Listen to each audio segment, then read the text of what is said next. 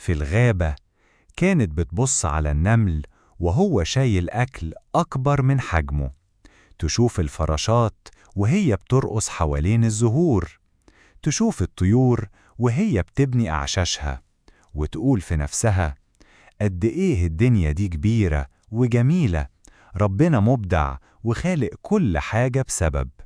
ومع الأيام بقت بومبوم تحكي اللي بتتعلمه لكل اللي حواليها. انت كمان تابع حكايات بومبوم عشان تعرف اللي اتعلمته. ولما دخلت المدرسة الكل لاحظ قد ايه مختلفة، فضولية، ذكية، بتسأل أكتر من أي حد. كل ما تعرف أكتر تحس إنها لسه ما تعرفش حاجة، وإنها محتاجة تعرف أكتر وأكتر.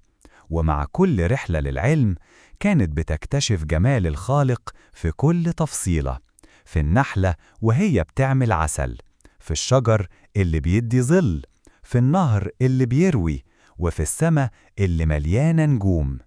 لحد ما في ليلة هادية طلعت على تلة عالية، بصت للنجوم وقالت: اللي خلق كل ده أعظم وأجمل بكتير من كل اللي ممكن أتصوره.